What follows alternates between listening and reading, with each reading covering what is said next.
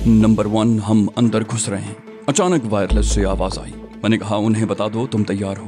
पीछे मुड़कर उसने झुकते हुए बाएं हाथ से वायरलेस सेट उठाया और होंठों के सामने पकड़ते हुए बोला, मैं तैयार हूँ। मेरी नजरें श्यामराव के ठिकाने की तरफ उठी।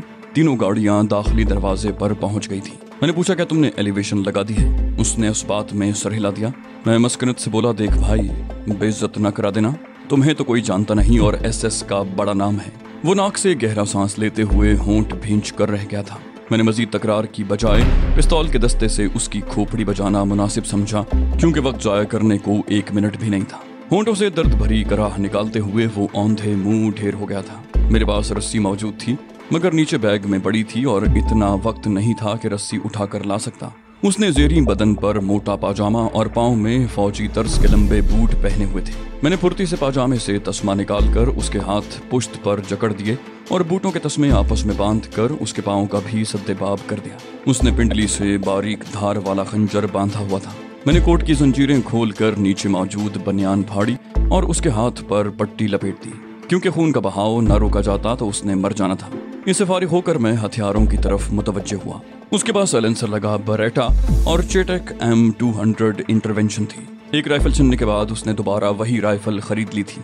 यकीनन ये उसकी पसंदीदा राइफल थी और इतनी कीमती राइफल दोबारा खरीदने का साफ मतलब यही था कि मेरी सरकूबी के लिए करण चावला अपनी हराम की कमाई सखावत से उड़ा रहा था। उसने firing table, wind meter, LRF, radio set यानी वायरलेस मोबाइल फोन वगैरह तरतीब से नीचे रख दिए थे। एक मैगजीन राइफल पर लगाई हुई थी और दूसरी भर कर करीब रख दी थी। उसकी एक मैगजीन में 7 गोलियां पड़ती हैं। इस हिसाब से 14 गोलियां मैं बगैर वक्त जाया किए फायर कर सकता था और उसके बाद दोबारा मैगजीन भरना पड़ती। वहाँ गोलियों का एक डिब्बा भी रखा हुआ था। मैं जल्दी से राइफल के अकब में लेट गया। उसी वक्त कानों में निहायत मध्यम आवाज गूंजी। तवज्जो की तो एक हैंड फ्री नुमा आला नजर आया। यकीनन वो पास्कल के कान से निकल कर गिरा था। उसके साथ तार लगी हुई नहीं थी। वो मैंने उठाकर कान में ठूंसा। दुश्मनों की आवाज मेरी समातों में गूंजने लगी। यकीनन वो ऐसा आला था जिसकी मदद से पास्कल अपने साथियों की आवाज सुन सकता था। पहले तो सोचा शायद मोबाइल पर मिलाप किया हुआ है, मगर पास्कल के मोबाइल फोन का जायजा लिया तो वो बंद मिला। उस आले की सहूलत के बावजूद वायरलेस सेट का इस्तेमाल कदरे अनोखा लगा था। फिर ख्याल आया कि इस आले के जरिए पास्कल अपनी आवाज उन तक नहीं पहुंचा सकता था, और यकीनन ऐसा ही था, वरना उन्हें पास्कल की बेबसी का मालूम हो गया होता। उसी वक्त श्यामराव की कॉल मौसूल हुई। मैंने मोबाइल फोन को स्पीकर पर डालकर सामने रख लिया, मगर इससे ज्यादा वाज़ेह आवाज दुश्मनों के डिवाइस से मिल रही थी।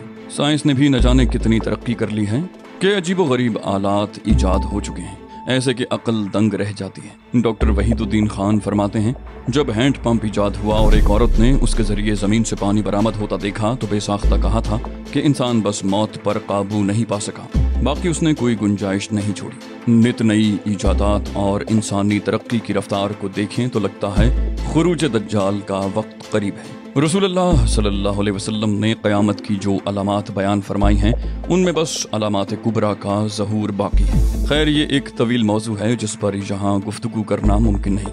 मैंने टेलीस्कोप साइड के आई ग्लास से आंख लगाई। किलोमीटर भर का फासला सिमट कर आंखों के सामने आ गया था। मैं दुश्मनों को गिनने लगा। उनकी तादाद 10 थी। 2 चौकीदार के साथ दाखिली दरवाजे पर रुक गए थे। 8 पुख्ता रविश पर चलते हुए सब्ज़ाज़ार के करीब पहुंचने वाले थे। एक आदमी मुसलसल हिदायत देता जा रहा था और ये उनकी नाकिस मंसूबाबंदी की अलामत था। किसी भी मंसूबे की तकमील को कार्रवाई की तरतीब पहले से बयान कर दी जाती है।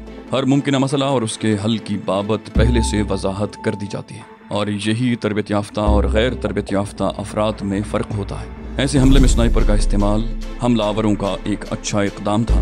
यूं वो हदफ को ज़्यादा आसानी से काबू कर सकते थे, लेकिन हदफ के करीब जाकर भी उनकी हिदायत का जारी रहना मुझे पसंद नहीं आया था। श्यामराव अपने दोस्तों के हमरा सब्ज़ाज़ार पर मौजूद था।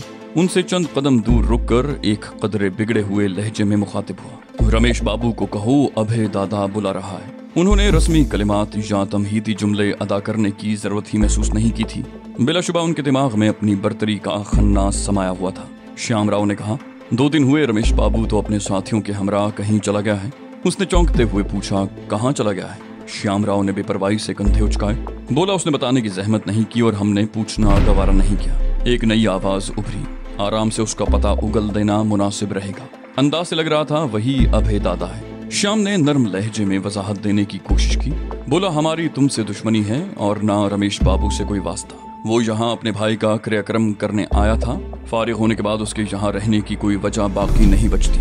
अभय दादा नखवत से बोला, मेरे 3 तक गिनने तक अगर तुमने रमेश बाबू का पता न उगला तो तुम्हारा एक शख्स बाकी नहीं रहेगा, और उसके बाद मेरा हर इस्तिफसार जिसे मतलूबा जवाब न मिला तुम्हारी गिनती में एक शख्स की कमी करता जाएगा। श्याम की पुरस्रार हंसी उभरी।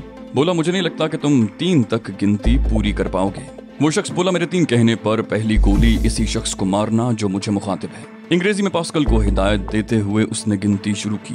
1। उसने श्याम राव की हंसी को कोई अहमियत नहीं दी थी, क्योंकि उसके तई तो मैं रमेश की कैद में था। मैं भी मामले को ढील नहीं देना चाहता था। वो ऐसे बदबख्त नहीं थे जो समझाने से मान जाते। उसके 2 कहते ही मैंने उसके सर पर शिस्त साधते हुए ट्रिगर दबा दिया। पहली गोली फायर करते वक्त मैंने नाल के ठंडा होने का तो लिहाज रखा था। उसके बावजूद दिल में खुदबुद थी, क्योंकि राइफल पास्कल ने सिफर की थी और उमूमन दूसरे आदमी की सिफर की हुई राइफल काबिल एतबार नहीं होती। इसकी वजह सलाहियतों के फर्क की बजाय तबीयतों का इख्तिलाफ है। हर शख्स की शिस्ती आंख यानी मास्टर आई दूसरे से मुख्तलिफ होती है, और हमारे उस्तादों की हिदायत इस बारे में बहुत सख्त थी। लेकिन वक्त की कमी ने मुझे उस्तादों के तजुर्बे से फ़ायदा उठाने के काबिल नहीं छोड़ा था। ट्रिगर दबाने के 2-2.5 सेकंड के बाद नतीजा सामने आ गया था। अभय दादा के सर में लगने वाली गोली ने जहां पास्कल की सिफरिंग की दुरुस्त होने की नवीद सुनाई थी, वहीं चेटक M200 की दुरुस्ती पर भी मोहरे तस्दीक सब्त कर दी थी। मैंने सबसे पहली गोली अभय दादा पर इसलिए चलाई थी कि वो सरगना था, और किसी भी सतह की सिपाह को शिकस्त देने का आसान तरीका यही है कि सबसे पहले उसके कायद का खातिमा करो। जब कोई बर वक्त फैसला करने वाला ही नहीं रहेगा तो वो दुरुस्त लाहे अमल ही नहीं सोच सकेंगे। उनमें से एक वहशत अंगेज अंदाज में चिल्लाया, ओह, नशई साले ने अभय दादा ही को लुढ़का दिया। यकीनन उसने समझा था कि पास्कल ने गलती से अपने साथी को गोली मारी है। मैंने राइफल कॉक करते हुए दूसरी गोली चैम्बर में की और इस मर्तबा ज्यादा एतमाद से लबलबी दबा दी। निशाना वही था जिसने अभय की मौत पर तबसरा किया था। जो बोले वही कुंडी खोले के मिस्ताक मैंने भी मुंह खोलने वाले को ताका था। पहली लाश गिरते ही श्याम राव और उसका मुहाफिजी दस्ता बौखलाए हुए अंदाज में अंदरूनी इमारत की तरफ भागा, और ये बौखलाहट जाहिर करना फकत दुश्मन को बेवकूफ बनाने के लिए था। दूसरी लाश गिरने पर दुश्मन भी बौखला गया। एक आदमी वायरलेस सेट पर पास्कल को गालियां बकते हुए उस दीवानगी की वजह पूछने लगा। तीसरी गोली उसी पर चलाकर मैंने उसको जवाब दिया, और उसके बाद वो भी अंदरूनी इमारत की तरफ भागे, मगर तब तक श्याम राव और उसके साथी आड़ में पहुंच चुके थे। नशिस्त गाह का दरवाजा अंदर से कुंडी करके उन्होंने दाएं बाएं की खिड़कियों के दरवाजे खोले और बेदर्दी से फायर शुरू कर दिया। मैंने शिस्त चौकीदार के करीब खड़े 2 आदमियों की तरफ मोड़ी। उन्होंने चौकीदार पर हथियार तान लिए थे। मैंने एक सर पर निशाना साधते हुए गोली चला दी। गो इस दौरान में दूसरा शख्स चौकीदार को निशाना बना सकता था, मगर उम्मीद यही थी कि वो ऐसा न करता, और वही हुआ था। उसने पिस्तौल नीचे फेंकते हुए अपने हाथ सर से बुलंद कर लिए थे, और ऐसा करने वाले को आर्जी तौर पर जिंदा छोड़ा जा सकता था। चौकीदार को भी पहले से मुत्तला किया हुआ था, इस वजह से उसने दुश्मन पर क्लैशनकोफ तान ली थी। इसी असना में मेरी समातों में पास्कल के कराहने की आवाज पहुंची, लेकिन मैं उसका खातिर खा बंदोबस्त कर चुका था, इसलिए उसकी तरफ मुतवज्जे होने की जरूरत महसूस न की, और शिस्त दोबारा असल मार्के की तरफ मोड़ी। वहाँ 3 दुश्मन अब तक जिंदा थे। श्याम लोगों के फायर से उनके फकत 2 आदमी हलाक हुए थे, बाकियों ने भागकर चबूतरे की गरबी जानिब पनाह ले ली थी। वो इतने बौखलाए हुए थे कि चंद लम्हे पहले मेरे हाथों हलाक होने वाले साथियों के कत्ल की वजह भूल चुके थे। श्याम राव को मैं पहले से हिदायत दे चुका था कि आड़ से बाहर निकलने का खतरा मोल न ले, तभी वो नशिस्त गाह की खिड़कियों से इक्का दुक्का फायर कर रहे थे। मैंने अब तक 4 अफराद को निशाना बनाया था, इस लिहाज से मैगजीन में 3 गोलियां बकाया थीं और दुश्मन भी 3 ही बाकी थे। अब वो मुझे वायरलेस सेट पर भी नहीं पुकार रहे थे। मखसूस आले से मध्यम आवाजें आ रही थीं, मगर अल्फाज समझ में नहीं आ रहे थे। वो तीनों करीब करीब लेटे वक्फे वक्फे से फायर किए जा रहे थे। मैंने दाएं तरफ से इब्तिदा की।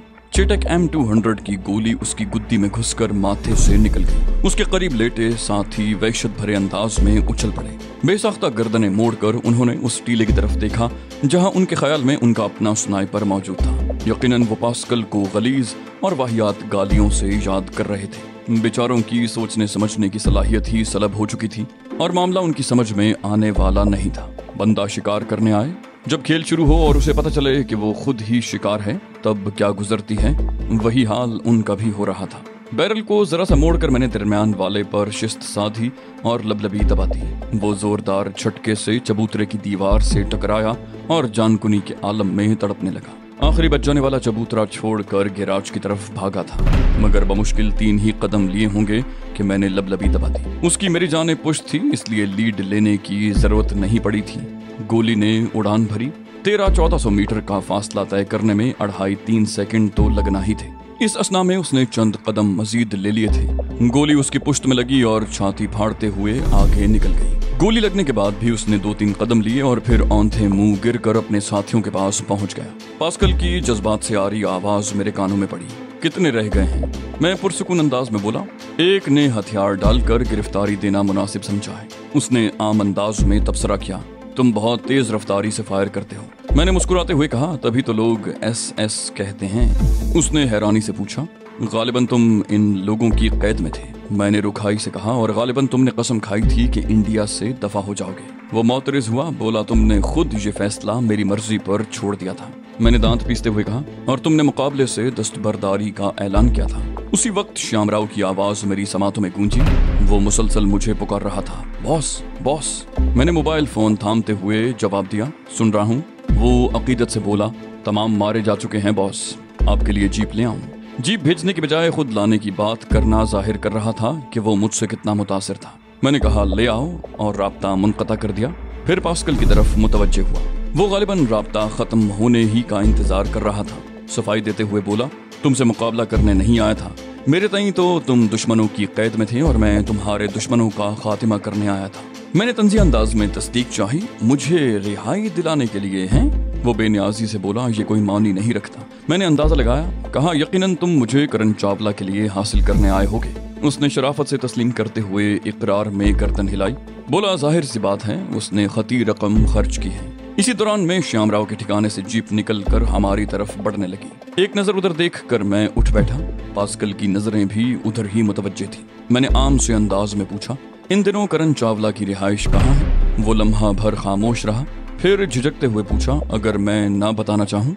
मैंने हंसते हुए कहा, तो हलक में हाथ डालकर उगलवा लूंगा। वो जल्दी से बोला, खैर मैं किसी के लिए अपनी खाल नहीं उधड़वा सकता। मैंने इत्मीनान से कहा, तो बको। उसने नजदीक पहुंचने वाली जीप की तरफ नजरें दौड़ाईं और फिर रेत पर माथा टेकते हुए कहा, हरिओम अस्पताल में दाखिल है, वहाँ उसका इलाज जारी है। मैंने कहा, हरिओम मुंबई का काफी बड़ा और जदीद अस्पताल है, कोई पहरेदार या मुहाफिज वगैरह होता है? उसने इस बात में सर हिलाया, बोला, हर वक्त 2 मुसल्ला मुहाफिज उसके करीब मौजूद रहते हैं। इसी असना में श्यामराव खुद जीप को लेकर वहां पहुंच गया था। जीप टीले के अकब में खड़ी करके वो ऊपर आने लगा। मैंने मजीद तफ्तीश मौखर की और स्नाइपिंग का सामान समेटने लगा। बरेटा और चेटेक M200 भी खोलकर मैंने बैग में मुंतकिल कर दी। पहली बार मुझे मजबूरन वो राइफल बिमला कौर के हवाले करना पड़ी थी कि मेरी वजह से उसकी राइफल की टेलीस्कोप साइट टूट गई थी और किसी एहसान करने वाले पर जवाबी एहसान करना आसान होता है। शराब की 3 भरी हुई बोतलों को मैंने बाहर फेंक दिया था। पास्कल मुल्तजी हुआ, बोला, प्लीज बोतलें यहाँ न फेंकना। मैंने कुछ सोचकर बोतलें भी बैग में रख दी।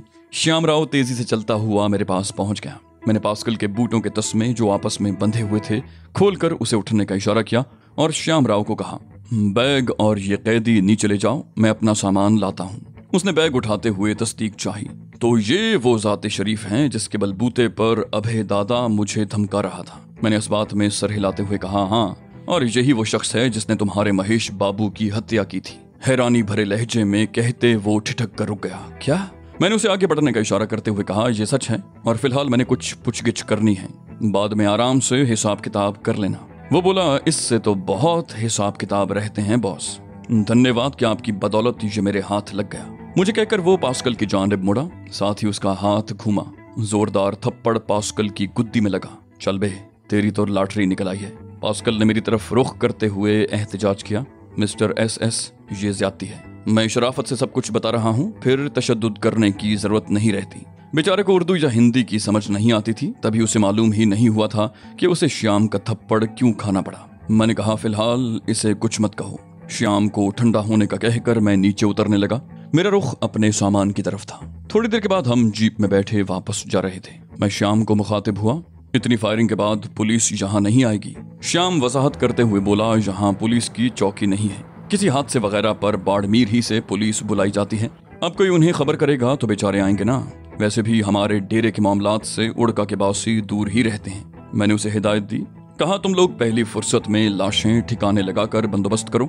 इस दौरान में मैं इस सूरमा से पूछगिछ कर लूंगा। वो मुअद्दबाना अंदाज में बोला, जो हुक्म बॉस, बस ध्यान रखना कि उससे कोई ऐसा वादा न कर लेना कि मेरे इंतकाम लेने की सारी खुशी मांद पड़ जाए। मैंने कहा बेफिक्र रहो।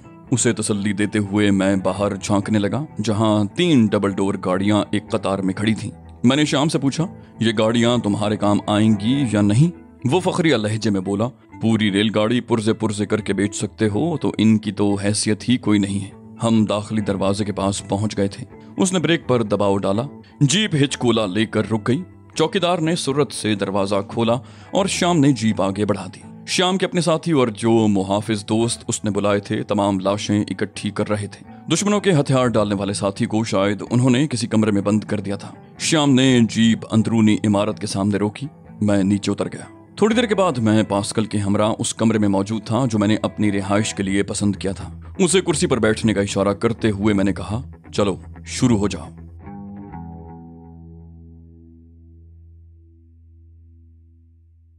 तो दोस्तों, ये थी हमारी आज की एपिसोड। उम्मीद करते हैं आपको हमारी कहानी पसंद आई होगी। जाने से पहले इस वीडियो को लाइक कीजिए और शेयर करना मत भूलिए। कमेंट करके हमें बताइए कि आपको हमारी वीडियो कैसी लगी। और अगर अभी तक आपने इस चैनल को सब्सक्राइब नहीं किया तो इसे सब्सक्राइब कीजिए और बेल आइकन दबाकर ऑल नोटिफिकेशंस ऑन कर लीजिए।